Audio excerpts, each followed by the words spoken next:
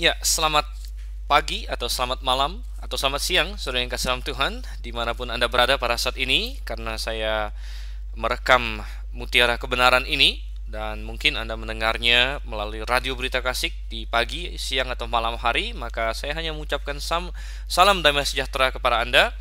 Saya Dr. Sivan Aisen Liao, dan seperti yang saya katakan tadi, kita akan segera memasuki acara kita Mutiara Kebenaran. Saudara yang kasih dalam Tuhan, Mutiara Kebenaran akan memasuki atau membahas pada hari ini kitab Bilangan pasal yang ke-20. Ingat bahwa Mutiara Kebenaran ini bukan satu kali khotbah, tetapi suatu seri, suatu usaha untuk secara sistematis mempelajari Alkitab dari Kejadian sampai dengan Maleakhi. Dan kita sudah sudah 100 lebih pasal dari Alkitab kita bahas, tetapi baru sampai kepada kitab yang keempat, saudara, karena Kejadian cukup panjang, 50 pasal, Keluaran 40 pasal, Imamat 27 pasal, dan kini kita sudah sampai ke pasal yang ke-20 dari kitab yang keempat, kitab Bilangan. Masih dalam seri kitab Taurat, bahkan kita belum keluar dari Taurat. Taurat adalah 5 kitab pertama dari Kejadian sampai Ulangan, semua ditulis oleh Musa, saudara. Kalau Anda lupa siapa yang menulis kitab Taurat, jadi kitab Bilangan juga ditulis oleh Musa, walaupun banyak sekali orang liberal yang mau mempertanyakan hal ini. Nah, kita sudah sampai ke Bilangan 20, mari kita buka bersama, dan saya ajak Anda untuk membaca bersama dengan saya. Saya harap Anda punya Alkitab. Cara yang paling efektif untuk mendapatkan manfaat maksimal dari seri Mutiara Kebenaran adalah Anda duduk atau dalam posisi apapun lah, yang comfortable, yang mungkin Anda berbaring atau duduk di tempat tidur atau di kursi atau di meja. Yang jelas Anda punya Alkitab di depan Anda dan Anda bisa mengikuti pembahasan kalau misalnya kita beralih ke ayat-ayat lain firman Tuhan. Oke, Bilangan pasal yang ke-20. Sebelum lebih lanjut lagi, mari kita berdoa. Bapa yang surga, kami mengucap syukur Tuhan karena Engkau begitu baik kepada kami dan karena kasih-Mu begitu besar. Tuhan, kami rindu bahwa pada saat ini Roh Kudus-Mu yang akan membimbing kami ke dalam kebenaran, karena Ia adalah Roh kebenaran yang Engkau janjikan kepada setiap orang yang percaya untuk menerangi hati dan pikiran kami, dan kami membutuhkan penerangan itu karena kami ingin membahas firman-Mu yang adalah firman hidup yang lebih dalam daripada segala kedalaman yang ada, lebih tajam daripada pedang bermata dua. Engkau yang kiranya memimpin Tuhan. Kami berdoa dalam nama Yesus Kristus. Amin.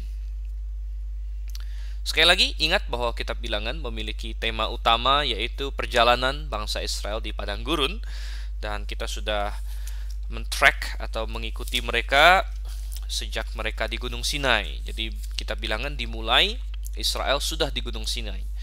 Di Keluaran mereka keluar dari Mesir, namanya saja kitab Keluaran, saudara. Makanya mereka keluar dari Mesir, dan mereka keluar dari Mesir, mereka pergi ke Gunung Sinai. Di Gunung Sinai itu mereka tinggal di sana ya setahun lebih, dan selama setahun lebih itu mereka menerima hukum Tuhan. Kemudian mereka mendirikan kemah pertemuan, dan setelah kemah pertemuan itu selesai, selama 1 bulan mereka masih di sana menerima kitab Imamat, yaitu bagaimana Tuhan mendetilkan penyembahan ya yang berkaitan dengan kemah pertemuan atau kemah suci yang baru saja didirikan itu, sekaligus ibadah simbolik, penyembahan simbolik yang akan dilakukan nanti kalau mereka masuk ke tanah Kanaan di Bait Suci. Nah, kitab Bilangan dimulai dengan orang Israel dihitung jumlahnya, oleh karena itu namanya kitab Bilangan. Dan orang Israel yang dihitung jumlahnya ini bersiap untuk berjalan ke tanah Kanaan. Lalu di pasal 13 dan pasal 14 mereka sudah sampai di ujung selatan dari tanah Kanaan, siap untuk masuk. Hanya saja ada satu masalah kecil, saudara. Mungkin bukan masalah kecil, masalah besar, yaitu mereka tidak percaya kepada Tuhan.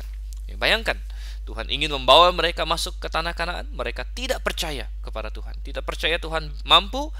Mereka lebih takut kepada tantangan-tantangan, yaitu orang-orang Kanaan yang menurut mereka begitu ganas dan begitu hebat. Mereka lupa bagaimana Tuhan telah dengan penuh kuat kuasa membawa mereka dengan selamat melalui pasukan Mesir, melalui Laut Merah, melalui orang Amalek, dan banyak sekali tantangan yang lain. Mereka lupa semua itu. Akhirnya Tuhan marah karena mereka menolak Tuhan, dan Tuhan bilang 40 tahun ya kamu akan berjalan keliling. Jadi mereka tiba di tepi selatan Kanaan itu, yaitu di Kadesh Barnea itu pada tahun kedua, saudara. Jadi Tuhan bilang kamu akan keliling 38 tahun lagi, sehingga total nanti 40 tahun. 38 tahun lagi mereka akan keliling-keliling di padang gurun. Dan sebenarnya apa yang terjadi selama 38 tahun mereka keliling-keliling itu tidak banyak dicatat, hanya sedikit sekali dicatatkan. Itu yang sudah kita baca, beberapa di antaranya sudah kita bahas. Misalnya terjadi pemberontakan Korah, ya, Datan dan Abiram. Kemudian ada lagi beberapa hal yang mereka beberapa hukum yang mereka dapatkan, misalnya hukum tentang kewajiban dan penghasilan Lewi, kemudian air pentahiran yang baru saja kita bahas di sesi yang lalu. Jadi tidak banyak yang dicatatkan karena ini adalah tahun-tahun sunyi. Secara rohani mereka kacau.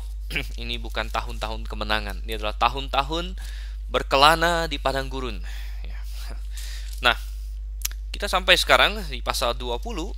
Nah, kita baca dulu ayat 1, saudara yang kasih Tuhan. Kemudian sampailah orang Israel, yakni segenap umat itu, ke padang gurun Zin dalam bulan pertama. Lalu tinggallah bangsa itu di Kadesh. Matilah Miriam di situ dan dikuburkan di situ. Iya.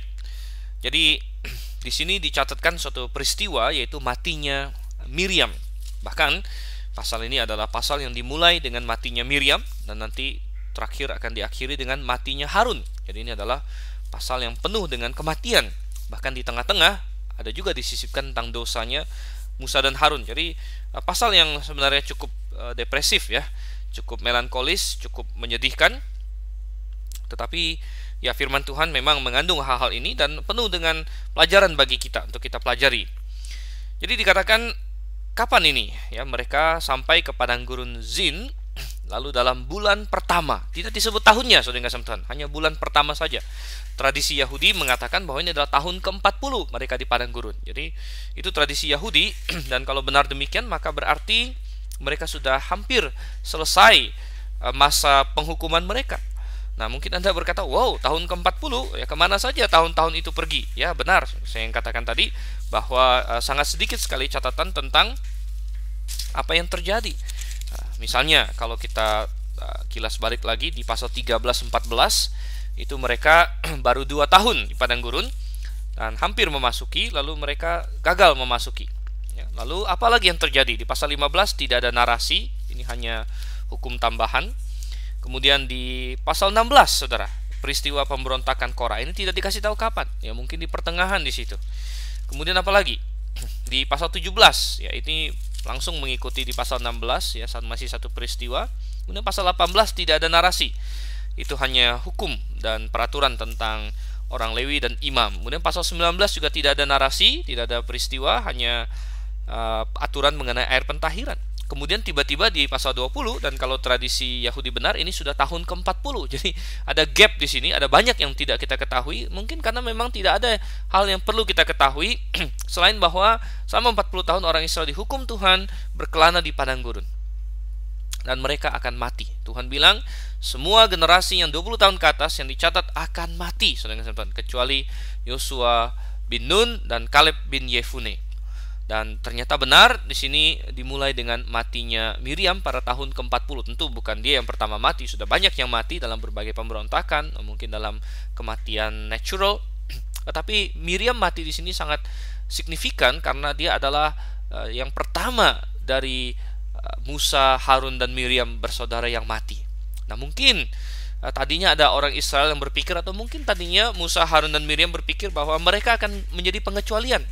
Ketika Tuhan berkata bahwa seluruh generasi yang 20 tahun ke atas ini akan mati kecuali Yosua dan Kaleb. Mungkin Harun, ya Musa dan Miriam berpikir, ya tentu kami tidak termasuk. Kami adalah pemimpin umat. Kami toh percaya sama Tuhan. Tapi saudara Tuhan, Tuhan tidak membuat pengecualian rupanya. Jadi Miriam mati di sini. Hari ini banyak orang berpikir bahwa mereka bisa dikecualikan, bisa dikecualikan dari hukum Tuhan. Ada yang berpikir, ya Tuhan bilang jangan berzina kecuali saya. Ini sesat, saudara yang Tuhan.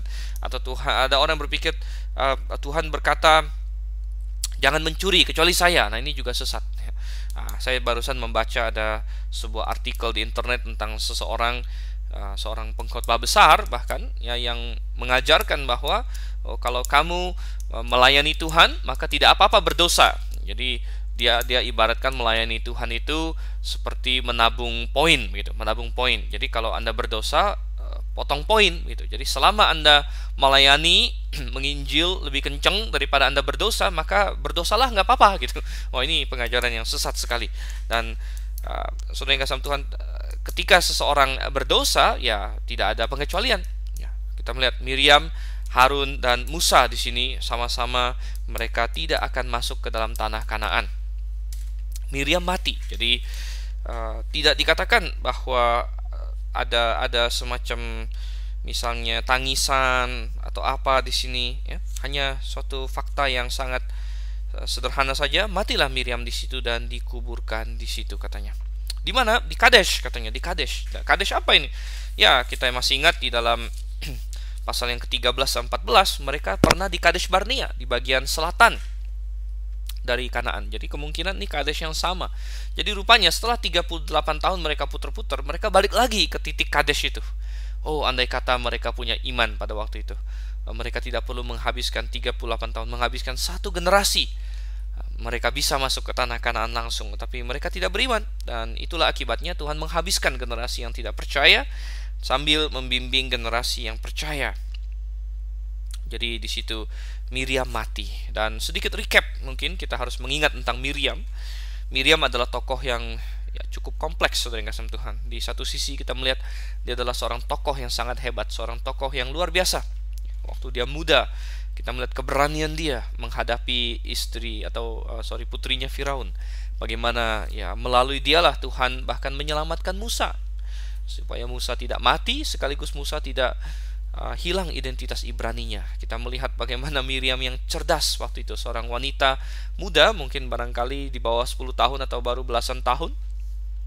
Seorang wanita muda yang bisa langsung berpikir dengan cepat dan langsung menjawab putri Firaun, mau nggak putri saya carikan inang pengasuh? Tentu dia memaksudkan ibunya sendiri. Dan kita melihat Miriam yang hebat pada waktu itu. Dan kemudian kita lihat lagi Miriam waktu mereka keluar dari Mesir, dan itu adalah Miriam yang hebat juga. Miriam yang memimpin wanita-wanita Israel untuk memuji Tuhan selepas peristiwa mereka menyeberangi Laut Merah. Jadi kita melihat Miriam yang luar biasa. Tetapi kemudian di kitab Bilangan ini juga, saudara yang kasih Tuhan, kita melihat ada Miriam yang memberontak. Dan itu Bilangan 12 di mana dia memberontak bersama dengan Harun terhadap Musa, kepemimpinan Musa. Jadi itu menjadi catatan hitam dalam rekor dia. Dan sayang sekali ya, satu peristiwa pemberontakan itu di Bilangan pasal 12 mengkhamirkan, boleh kita bilang, atau menodai ya, seperti ada pepatah bilang katanya nilai setitik katanya, maka rusaklah sebelanga ya. Dan ya benar, saudara yang kasih Tuhan, pemberontakan Miriam itu membuat karakter dia ternodai, padahal dia adalah karakter yang hebat, karakter yang luar biasa. Kita tidak tahu persisnya berapa tahun dia lebih tua daripada Musa dan Harun. Kita tahu Harun itu sekitar 3 tahun lebih tua daripada Musa. Kita tidak tahu berapa tahun Miriam lebih tua daripada mereka. Jadi Miriam akhirnya mati, saudara yang kasih Tuhan. Dan karakter Miriam ini menjadi peringatan bagi kita bahwa baik Anda berbuat baik bagi Tuhan luar biasa, tapi selalu waspada, berjaga-jaga. Iblis selalu mencari serangan. Banyak hamba Tuhan yang melakukan hal-hal yang baik, berkhotbah luar biasa, memenangkan banyak jiwa, tetapi kadang-kadang terpleset satu kali, saudara yang Tuhan. Daud misalnya terpleset satu kali, dia berzina dengan Batsheba. Banyak hamba Tuhan yang seperti itu, terpleset satu kali. Misalnya dalam hal ya wanita ya, kadang-kadang ada wanita yang menjadi jerat bagi seorang hamba Tuhan, atau masalah uang, saudara kasih Tuhan. Dia mungkin jujur ya, tapi ada korupsi satu kali, dan itu bisa menodai karir atau pelayanan dia selama seumur hidupnya bahkan. apalagi masalah wanita, ya, ada selingkuh saja satu kali. Mungkin dia berkata, saya setia sekian tahun, saya salah satu kali. Oh ya, benar, saudara yang kasih Tuhan. Kadang-kadang untuk posisi-posisi kepemimpinan, ya, kita dituntut pada standar yang lebih tinggi. Nah, kita akan lihat itu mengenai Musa nanti juga. Oke, kita lihat lanjut sekarang. Kita kembali ke Bilangan pasal 20 ayat yang kedua sampai dengan ayat yang ke-6. Bilangan 20 ayat 2 sampai ayat yang ke-6. Pada suatu kali ketika tidak ada air bagi umat itu, berkumpullah mereka mengerumuni Musa dan Harun, dan bertengkarlah bangsa itu dengan Musa. Katanya, sekiranya kami mati binasa pada waktu saudara-saudara kami mati binasa di hadapan Tuhan, mengapa kamu membawa jemaah Tuhan ke padang gurun ini, supaya kami dan ternak kami mati di situ? Mengapa kamu memimpin kami keluar dari Mesir untuk membawa kami ke tempat celaka ini, yang bukan tempat menabur, tanpa pohon ara, anggur dan delima, bahkan air minum pun tidak ada? Maka pergilah Musa dan Harun dari umat itu ke pintu kemah pertemuan, lalu sujud, kemudian tampaklah kemuliaan Tuhan kepada mereka. Iya, dikatakan di sini bahwa muncul suatu masalah lagi. Mereka masih di padang gurun, yaitu tidak ada air, dan tidak ada air adalah masalah yang kerap terjadi di padang gurun, saudara kasih Tuhan. Tetapi selama ini Tuhan selalu memenuhi kebutuhan mereka, dan mestinya mereka punya iman dan percaya. Jadi kita melihat di sini sungut-sungut lagi, bangsa itu bersungut-sungut lagi. Dan ada yang menghitung bahwa ini adalah sungut-sungut yang ketujuh, sungut-sungut besar yang ketujuh yang dicatat dalam Alkitab selama perjalanan Israel di padang gurun. Jadi bahkan sungut-sungut pun digenapi gitu kan. 7 biasa adalah angka kegenapan, angka sempurna. Jadi bukan hanya hal-hal positif yang digenapi, orang Israel bahkan menggenapi sampai ada 7 sungut-sungut yang besar yang mereka lakukan. Jadi sebenarnya sungut-sungut itu seringkali dimulai dengan adanya suatu kebutuhan yang sah. Mereka butuh air, itu adalah hal yang sah, itu adalah suatu kebutuhan yang wajar, dan itu adalah suatu krisis yang legitimate atau sah untuk mereka kemukakan. Tetapi yang salah di sini adalah sikap mereka dan ketidakpercayaan mereka. Saudara yang kasih Tuhan, hari ini mungkin Anda memiliki kebutuhan-kebutuhan yang memang real, kebutuhan-kebutuhan yang nyata dalam hidup Anda. Mungkin Anda menghadapi masalah-masalah yang benar-benar ada, bukan bohongan. Saya tidak mengatakan Anda tidak susah, saya tidak mengatakan Anda tidak dalam kesulitan, saya tidak mengatakan Anda tidak menghadapi tantangan. Mungkin tantangan itu real, ya. Mereka butuh air, Israel butuh air, tapi saudara kasih Tuhan, yang menentukan orang yang bersungut-sungut dengan orang yang tidak adalah sikap hatinya, dan apakah dia punya keyakinan kepada Tuhan atau tidak. Orang yang bersungut-sungut, dia datang dengan sikap yang buruk, dia datang dengan sikap yang memberontak kepada Tuhan, dia datang dengan sikap yang mempersalahkan Tuhan. Nah, ini kuncinya, mempersalahkan Tuhan, saudara. Mereka bukannya melihat situasi ini sebagai suatu cara Tuhan ingin membangkitkan, membangun iman mereka, dan suatu kesempatan Tuhan menunjukkan kemahakuasaannya. Tidak, mereka malah melihat ini sebagai kesempatan untuk mempersalahkan Musa dan Harun. Dan sebenarnya mempersalahkan Musa dan Harun sama dengan mempersalahkan Tuhan di sini. Karena Musa dan Harun, apalah mereka? Mereka hanyalah alat yang Tuhan pakai. Jadi mereka di sini bersungut-sungut. Mereka bilang, sekiranya kami mati binasa pada waktu saudara-saudara kami mati binasa di hadapan Tuhan. Jadi ini adalah sisa-sisa orang dari generasi lama, saudara. Jadi kalau ini tahun ke-40, sebenarnya generasi lama tinggal sedikit. Ya, generasi lama tinggal sedikit, yang 20 tahun ke atas itu sudah hampir mati semua. Tapi masih ada seperti yang terlihat di sini. Dan mereka komplain, ya. Dan tentu sebenarnya mereka tidak benar-benar pengen mati, ya, tidak ada manusia yang pengen mati sebenarnya, tapi ini hanyalah sungut-sungut mereka. Dan ketika orang bersungut-sungut, kadang-kadang mereka mengatakan hal yang tidak masuk akal. Lebih baik saya matilah, ya, padahal tidak benar-benar gitu. Dan kadang-kadang kita harus hati-hati apa yang kita omongkan, karena Tuhan bisa kasih itu kepada kita. Nah, itu yang Tuhan lakukan ketika mereka sungut-sungut di pasal 13-14 itu. Mereka bilang, daripada kami masuk ke tanah Kanaan, dibunuh di sana, lebih baik kami mati di padang gurun. Oh, hati-hati saudara. Tuhan kasih itu kepada mereka. Mereka 40 tahun mati di padang gurun. Oh, hati-hati. Dan mereka di sini sembarangan ngomong. Lebih baik kami mati, katanya. Oh ya, Tuhan bilang, kamu akan mati. Tunggu saja waktunya. Ini sudah tahun ke-40 dan firman Tuhan pasti akan digenapi. Di ayat 4 mereka mempersalahkan Musa. Kenapa kamu bawa kami ke sini? Kamu tidak memimpin kami ke Kanaan, kamu tidak memimpin kami ke tanah yang baik. Dan mereka dengan sangat convenient, dengan sangat nyaman sekali melupakan fakta bahwa Musa yang ingin masuk, mereka yang tidak pengen waktu itu. Kaleb dan Yosua yang sudah berkata, ayo kita masuk, mereka yang tidak ingin, ya, mereka tidak singgung-singgung itu. Ya, biasa orang yang bersungut-sungut itu punya memori yang selektif, saudara, punya ingatan yang selektif. Dia ingatnya yang jelek-jeleknya, dia tidak ingat kesalahan dia sendiri. Dia sungut-sungut ya dengan kepada Tuhan karena kesalahannya. Dia tidak ingat bahwa dulu adalah dosa dia yang menyebabkan begini. Bahwa dulu dia malas misalnya. Ada orang sungut-sungut, Tuhan kenapa saya miskin dan lain sebagainya. Dia lupa dulu dia tidak mau sekolah misalnya, atau dulu dia sekolahnya nggak benar, atau dulu dia berbuat curang, ketahuan, atau banyak lagi. Dan kita manusia sering ingin menyalahkan orang lain. Tapi ini adalah suatu hal yang berbahaya. Sungut-sungut ini berbahaya, apalagi dilakukan oleh generasi yang sudah hampir mati ini. Dan bahayanya adalah sungut-sungut ini bersifat sangat menular, dan bisa saja menular kepada generasi yang baru. Sehingga Musa Harun sadar akan betapa bahayanya ini. Di ayat 6 dikatakan mereka sujud. Kemudian dikatakan tampaklah kemuliaan Tuhan kepada mereka. Dan kita baca ini berulang-ulang. Setiap kali mereka bersungut-sungut, kemuliaan Tuhan nampak. Artinya Tuhan sangat tidak senang dengan orang yang bersungut-sungut, dan Tuhan akan mengintervensi dalam hidup mereka untuk menghukum mereka. Oke, kita baca ayat 7 sampai dengan ayat yang ke-11, saudara. Tuhan berfirman kepada Musa, ambillah tongkatmu itu, dan engkau dan Harun kakakmu harus menyuruh umat itu berkumpul. Katakanlah di depan mata mereka kepada bukit batu itu, supaya diberi airnya. Demikianlah engkau mengeluarkan air dari bukit batu itu bagi mereka, dan memberi minum umat itu serta ternaknya.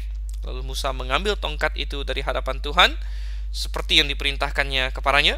Ketika Musa dan Harun telah mengumpulkan jemaah itu di depan bukit batu itu, berkatalah ia kepada mereka, dengarlah kepadaku, hai orang-orang durhaka, apakah kami harus mengeluarkan air bagimu dari bukit batu ini?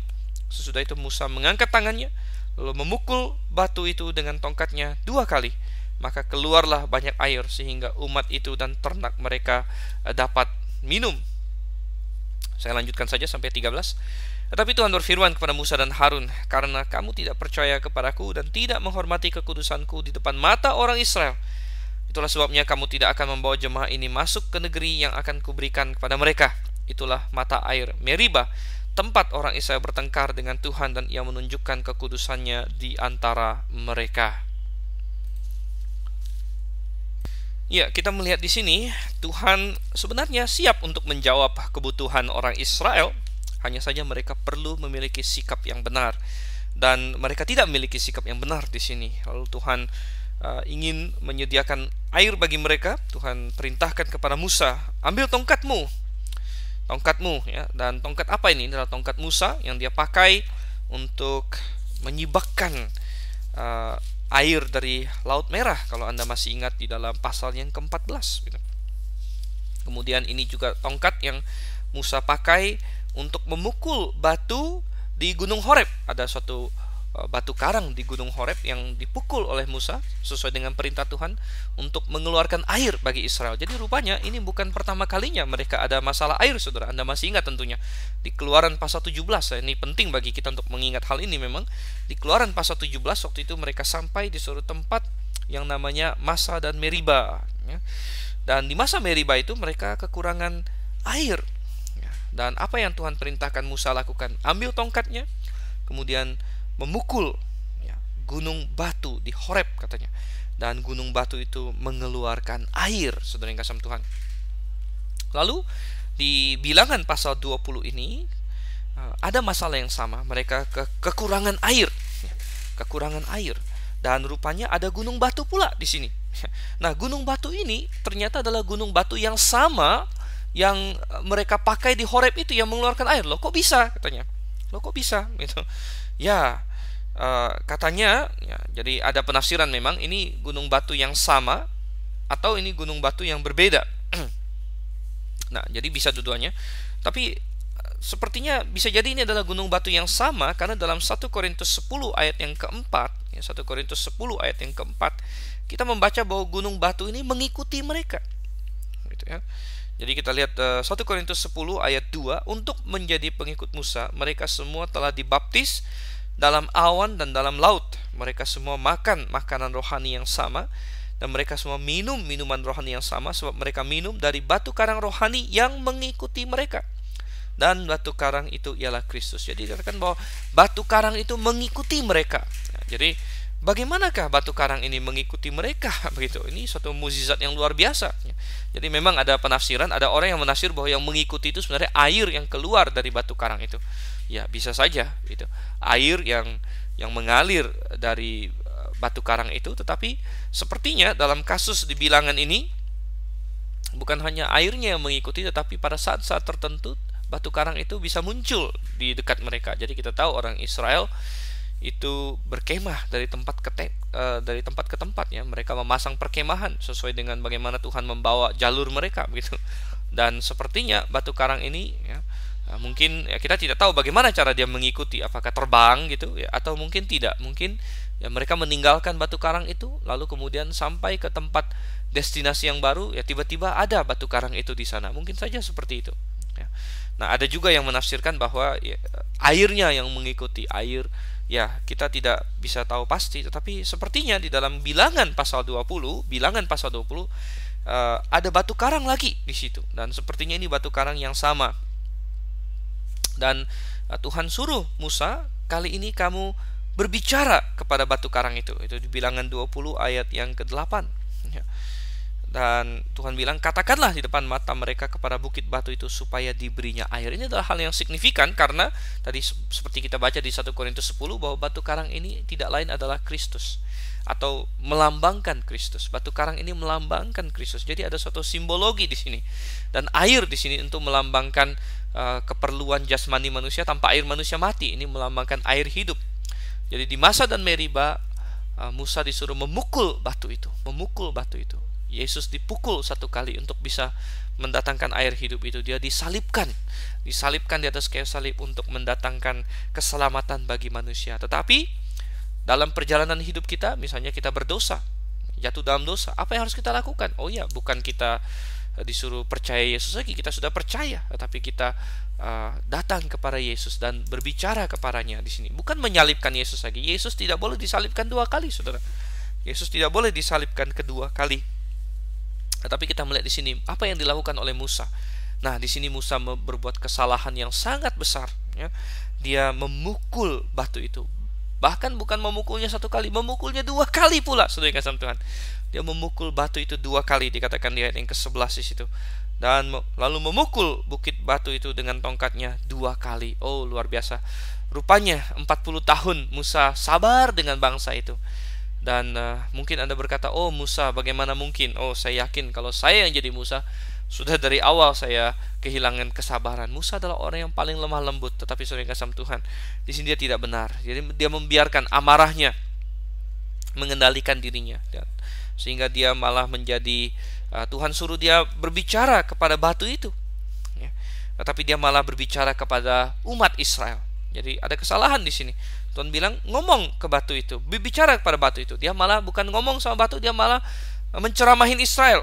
Dengarlah katanya, hai orang-orang durhaka. Dia marah dengan mereka, dan amarahnya ini membuat dia pahit, dan membuat dia kalap, dan membuat dia tidak fokus kepada apa yang harus dia lakukan. Kita melihat di sini dia marah. Dengarlah kepadaku, di ayat 10, hai orang-orang durhaka, apakah kami harus mengeluarkan air bagimu dari bukit batu itu? Dan di dalam amarahnya, di dalam kepahitannya, dia meninggikan diri, ya. Seolah-olah dialah yang memberikan air itu. Dan di sini kita melihat, ya, Musa melakukan kesalahan yang sangat besar. Yesus Kristus tidak boleh disalibkan dua kali, sehingga Musa malah memukul dengan tongkatnya dua kali kepada batu itu. Bahkan mestinya satu kali pun tidak boleh, karena sudah pernah dipukul di Keluaran pasal 17. Sehingga di ayat 12 Tuhan berfirman kepada Musa dan Harun, karena kamu tidak percaya kepadaku. Tidak percaya. Jadi tindakan mereka nomor satu, Tuhan bilang, memperlihatkan ketidakpercayaan mereka. Mereka tahu bahwa dulu sudah pernah seperti ini, dan mereka pukul, air akan keluar. Kali ini Tuhan bilang bicara saja. Tapi mereka kurang percaya. Mereka pikir, kita pakailah yang dulu bekerja kan dipukul, ya, yang dulu sudah sukses dipukul. Nah, sekarang saya pukul lagi. Oh tidak, mereka kurang percaya kepada Tuhan di sini. Kemudian Tuhan bilang, tidak menghormati kekudusanku di depan mata orang Israel. dengan Musa marah-marah dan seperti itu sikapnya itu seolah-olah dia mewakili Tuhan yang pemarah gitu. Tuhan yang seperti dewa-dewi bangsa lain gitu. Padahal tidak, Tuhan penuh dengan kesabaran. Sehingga Tuhan bilang, kamu tidak akan masuk ke negeri yang akan kuberikan, tidak akan masuk ke tanah Kanaan. Oh, mungkin ada berkata, aduh sayang sekali, Musa yang sudah dari dulu menginginkan ini, mungkin ini adalah impian dia, tujuan dia. Bahkan sejak dia kecil, saudara, sejak dia di Mesir, dia sudah bercita-cita untuk membebaskan orang Israel dan membawa mereka ke Kanaan. Tapi kita melihat ya, 40 atau 38 tahun yang lalu dia gagal karena orang Israel tidak beriman. Dan pada akhir 40 tahun dia gagal karena dia yang kurang percaya. Dan saudara kasih, mungkin ada yang berkata begini, mungkin ada yang berpikir, oh ini hukuman yang terlalu keras. Keras sekali hukumannya. Musa hanya salah satu kali. Dia hanya salah satu ya. Satu kali dia salah, kok hukumannya begitu keras. Tentu ini akan menghancurkan hati Musa. Dia yang sudah begitu rindu untuk masuk ke tanah Kanaan. Dan mungkin di antara orang Israel dia yang paling pantas masuk ke tanah Kanaan. Tetapi kita melihat Tuhan bilang tidak. Mengapa? Ada beberapa alasan. Yang pertama, Musa sebagai seorang pemimpin ya, memang dia salah satu kali, tapi sebagai seorang pemimpin dia dituntut untuk menghidupi standar yang lebih tinggi. Itulah yang dikatakan dalam Yakobus pasal 3, saudara yang kasih Tuhan. Yakobus pasal 3 ayatnya yang pertama misalnya dikatakan di situ, janganlah banyak orang di antara kamu mau menjadi guru. Sebab kita tahu bahwa sebagai guru kita akan dihakimi menurut ukuran yang lebih berat. Musa adalah pemimpin tertinggi. Dia dihakimi dengan ukuran yang lebih berat. Tetapi ada alasan yang kedua yang lebih penting lagi, saudara kasih Tuhan, yaitu kesalahan dan hukuman Musa ini simbolik, saudara kasih Tuhan. Ini menyimbolkan sesuatu. Dan karena kesalahan Musa menyimbolkan suatu kesalahan yang sangat fatal, maka hukumannya juga harus sedemikian. Nah, apa yang dilambangkan oleh kesalahan Musa, saudara? Nah, coba kita baca di dalam Ibrani mengenai menyalibkan Yesus kedua kali. Ibrani pasal yang ke-6. Ibrani pasalnya yang ke-6, kita lihat di sini ayat yang ke-4 sampai yang ke-6. Ibrani 6 ayat 4 sampai 6. Sebab mereka yang pernah diterangi hatinya, yang pernah mengecap karunia sorgawi, dan yang pernah mendapat bagian dalam Roh Kudus. Ini siapa, saudara? Ini adalah orang yang sudah diselamatkan. Bayangkan dikatakan sini, diterangi hatinya, mengecap karunia sorgawi, mendapat bagian dalam Roh Kudus. Hanya orang yang diselamatkan yang mendapat bagian dalam Roh Kudus, dan yang mengecap firman yang baik dari Allah dan karunia-karunia dunia yang akan datang. Namun yang murtad lagi. Nah, sebenarnya dalam bahasa aslinya tidak ada kata lagi di situ ya. Namun yang murtad tidak mungkin dibaharui sekali lagi sedemikian. Tidak mungkin dibaharui sekali lagi sedemikian. Ini orang yang sudah diselamatkan sudah pernah dibaharui, tapi ketika dia murtad, ketika dia meninggalkan iman, ketika dia meninggalkan iman, maka dikatakan tidak mungkin dibaharui sekali lagi sedemikian, sehingga mereka bertobat, sebab mereka menyalibkan lagi anak Allah bagi diri mereka dan menghinanya di muka umum. Kenapa tidak bisa dibaharui lagi? Karena orang yang demikian ini, katanya, orang yang demikian ini, dia kalau mau bertobat lagi itu bagaikan menyalibkan Yesus yang kedua kali. Karena Yesus sudah mati atas kayu salib bagi dia sudah terima itu, dosanya sudah diampuni, saudara yang kasih Tuhan, sudah diselesaikan oleh Yesus Kristus di atas kayu salib dengan syarat dia beriman kepada Yesus. Namun kemudian dia melepas imannya, dia murtad. Dan saudara yang kasih Tuhan, maka tidak bisa lagi dia diselamatkan lagi, ya, tidak bisa diselamatkan lagi.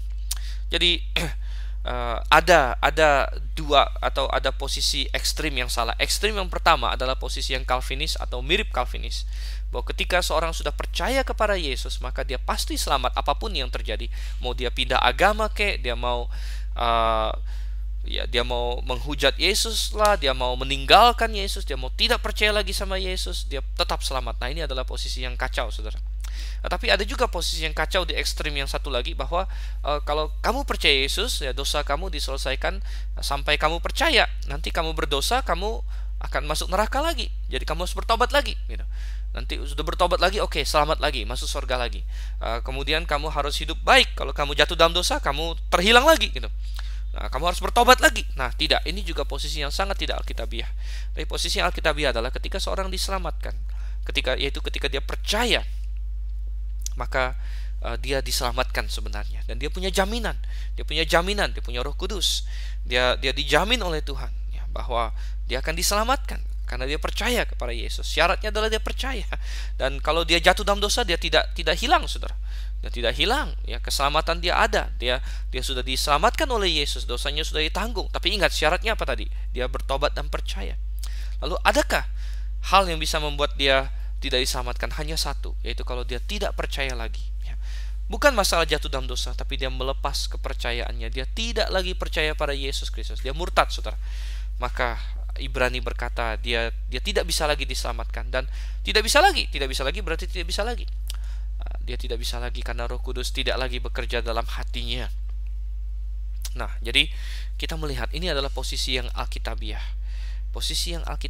Dan Musa menggambarkan hal ini ketika dia memukul batu itu lagi. Mestinya dia bicara kepadanya, dia memukulnya lagi. Itu melambangkan melambangkan orang yang murtad, melambangkan orang yang menyalibkan Yesus kedua kali.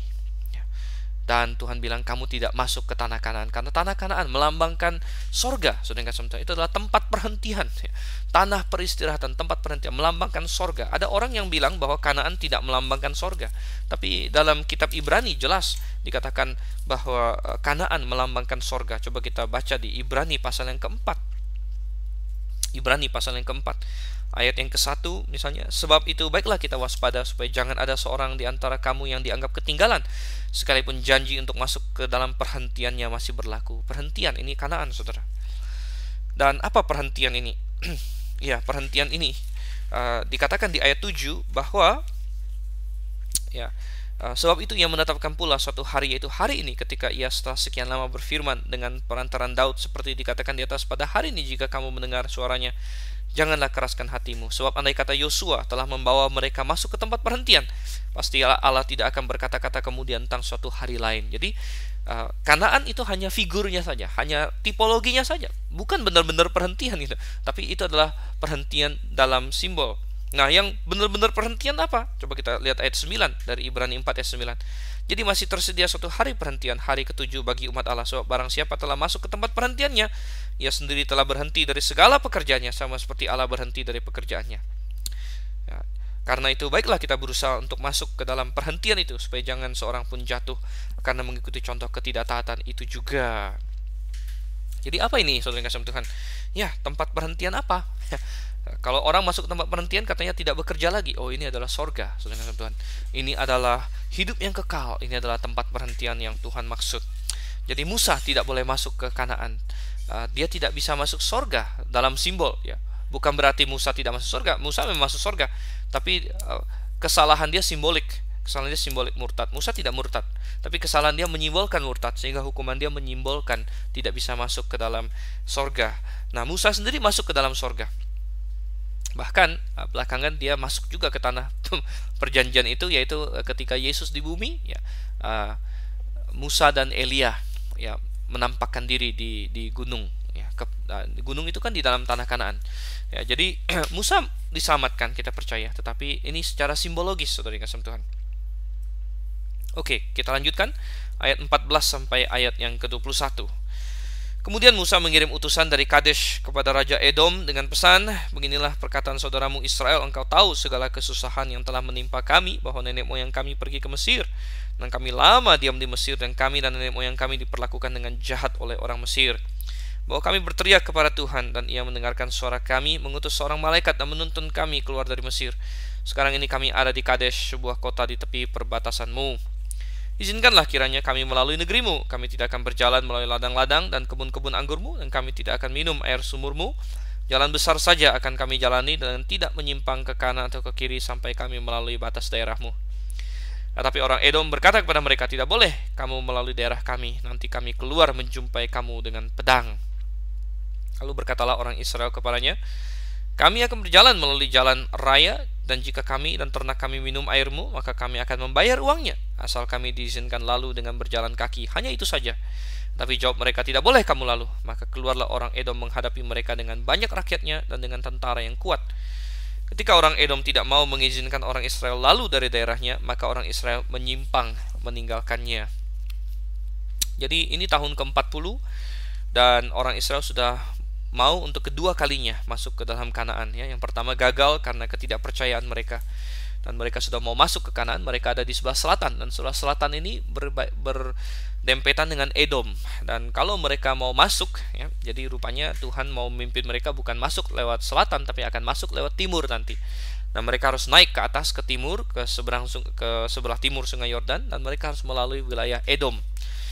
Dan ya, Musa mengirim utusan dengan bahasa yang sangat sopan di sini ya, karena Edom adalah saudara mereka. Edom adalah Esau, saudara kasih Tuhan. Jadi Esau dan Yakub itu saudara kembar. Jadi sebenarnya Israel dengan Edom ini saudara dekat, saudara kembar, saudara. Oh, tetapi pilihan Esau yang sangat tidak rohani menyebabkan Edom sangat jauh dari Tuhan. Sehingga ya, mereka bukannya senang adik mereka telah kembali ya, mereka malah tidak boleh mereka dengan keras ya. Bahkan orang-orangnya siap dengan pedang untuk menghadang Israel tidak boleh masuk. Dan ya, kita tahu belakangan ya, Edom akan Tuhan hukum, saudara. Kitab Obaja adalah salah satu kitab. Obaja ini belakangan sekali, itu sudah ratusan tahun kemudian ya, bahkan bisa dikata berapa ya, coba saya hitung, sekitar 700-an tahun ya setelah peristiwa di Bilangan ini ya, 700-an tahun setelah peristiwa di Bilangan ya. Dan itu negara Israel sudah terjadi, kerajaannya sudah ada, dan di kitab Obaja Tuhan bilang Edom akan dihancurkan ya.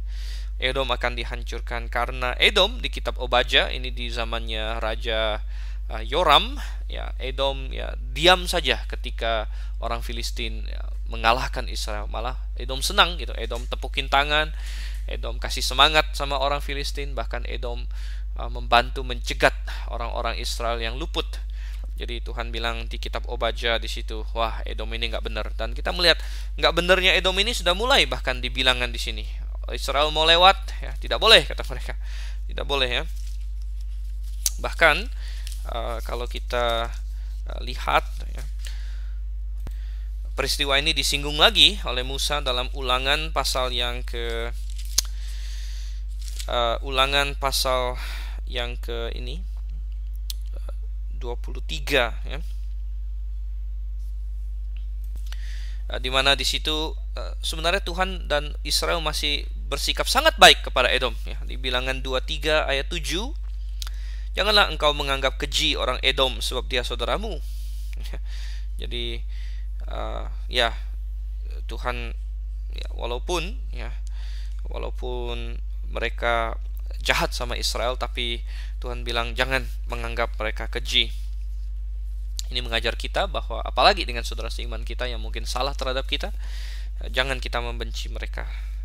Oke, lanjut saudara, kita akhiri Bilangan pasal 20 ayat 22 sampai 29. Setelah mereka berangkat dari Kadesh, sampailah segenap umat Israel ke Gunung Hor. Lalu berkatalah Tuhan kepada Musa dan Harun dekat Gunung Hor di perbatasan tanah Edom. Harun akan dikumpulkan kepada kaum leluhurnya, sebab ia tidak akan masuk ke negeri yang kuberikan kepada orang Israel, karena kamu berdua telah mendurhaka kepada titahku dekat mata air Meriba. Panggillah Harun dan Eleazar anaknya, dan bawalah mereka naik ke Gunung Hor. Tanggalkanlah pakaian Harun dan kenakanlah itu kepada Eleazar anaknya. Kemudian Harun akan dikumpulkan kepada kaum leluhurnya dan mati di sana. Lalu Musa melakukan seperti yang diperintahkan Tuhan. Mereka naik ke Gunung Hor, sedang segenap umat itu memandangnya. Musa menanggalkan pakaian Harun dan mengenakannya kepada Eleazar anaknya. Lalu matilah Harun di puncak gunung itu. Kemudian Musa dengan Eleazar turun dari gunung itu. Ketika segenap umat itu melihat bahwa Harun telah mati, maka seluruh orang Israel menangisi Harun 30 hari lamanya. Ya, sebagaimana yang kita observasi di awal pembahasan kita, kitab ini atau pasal ini dimulai dengan Miriam mati dan diakhiri dengan kematian yang lain, yaitu kematian Harun. Dan kematian Harun ini adalah sesuatu yang sangat signifikan. Harun adalah imam besar pertama bagi orang Israel, dan tokoh Harun adalah tokoh yang sangat kompleks juga. Dan kita melihat kehebatannya ya, tentu kita melihat bagaimana dia mendukung Musa di hadapan Firaun. Dia bahkan menjadi pembicara bagi Musa, bagaimana dia menjadi seorang imam besar, bagaimana dia membantu Musa mendamaikan umat Israel di hadapan Tuhan, berdoa bagi Israel di hadapan Tuhan ketika Israel berdosa, dan bersama dengan Musa meredahkan amarah Tuhan. Kita melihat hal-hal yang sangat positif dari Harun. Tetapi di sisi lainnya, karakter Harun ini juga ada kelemahan-kelemahan, saudara kasih Tuhan. Dia adalah orang yang di bawah pimpinan yang tepat, sepertinya dia seorang yang secara rohani akan mekar begitu. Tetapi ketika sekeliling dia kacau, dia orang yang kurang memiliki tulang belakang begitu. Dia kurang keberanian, dia kurang suatu ketegasan hati. Oleh karena itu kita melihat bagaimana dia terlibat dalam salah satu peristiwa yang paling kacau dalam sejarah Israel, yaitu penyembahan anak lembu emas ketika Musa sedang di atas gunung Sinai. Dan kita sulit untuk mengerti bagaimana orang sekaliber Harun bisa sedemikian. Tapi itulah kita mendapat sedikit gambaran tentang karakternya yang sangat tidak kuat, yang sangat pelin-pelan boleh kita bilang, dan mudah dipengaruhi oleh situasi. Dan orang ramai yang menggedor-gedor atau yang berteriak kepada dia membuat dia ciut sehingga dia membuat lembu emas itu. Demikian juga dalam kasus dia pernah memberontak bersama Miriam, dan itu juga setelah kita bahas bahwa kemungkinan besar karena pengaruh dari kakaknya itu. Tetapi yang jelas, saudara yang kasih Tuhan, Harun adalah seorang tokoh yang positif. Kita lihat di sini, dan dia akan mati imam besar pertama. Dan Tuhan memberikan instruksi yang sangat spesifik di sini mengenai kematiannya. Jadi mereka naik ke atas gunung, disaksikan oleh orang Israel. Dan rupanya selain Musa dan Harun, Eleazar anaknya Harun juga dipanggil. Dan Harun harus menyaksikan dua anaknya, yaitu Nadab dan Abihu, mati karena mereka melanggar kesucian Tuhan. Tetapi Eleazar adalah anaknya yang bisa dia banggakan. Dan Eleazar akan menjadi imam besar selanjutnya. Oleh karena itu sebelum Harun mati, pakaian imam besarnya ditanggalkan, kemudian dipakaikan kepada anaknya Eleazar ini. Dan ini melambangkan bahwa Harun sebagai manusia mati, tetapi jabatan imam besar itu tidak mati.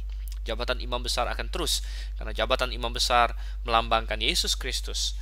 Dan oleh karena itu jabatan itu tidak akan mati. Nah, saudara kasih Tuhan, ini juga mengajarkan kita bahwa jabatannya lebih besar daripada orangnya. Sebagai pribadi, sebagai seorang karakter, Harun penuh dengan kelemahan, tetapi dalam posisinya sebagai imam besar, dia memiliki otoritas dari Tuhan. Dan di ayat 29 terakhir di sini, orang Israel menangisi Harun. Bagaimanapun juga Harun adalah pemimpin mereka yang telah dalam suka duka bersama dengan mereka 40 tahun lamanya. Dan Harun termasuk juga orang yang akan binasa dari generasi ini. Rupanya benar, Tuhan tidak membuat pengecualian bagi Miriam, bagi Harun, dan bahkan bagi Musa sekalipun. Tapi mereka semua mati. Dan matinya Harun bagaikan lambang dari matinya generasi yang keluar dari Mesir, karena Harunlah imam besar mereka. Oke, saudara yang kasih Tuhan, kita akan lihat bagaimana selanjutnya orang Israel bersiap-siap masuk ke Kanaan. Tapi masih ada beberapa hal yang harus mereka lakukan. Masih panjang kitab Bilangan dan masih ada kitab Ulangan lagi. Jadi masih ada lagi yang banyak yang harus kita bahas. Karena itu jangan lewatkan, dan mari kembali bersama saya di kali berikutnya. Saya Dr. Stephen Sanliao mengucapkan selamat tinggal dan Maranatha.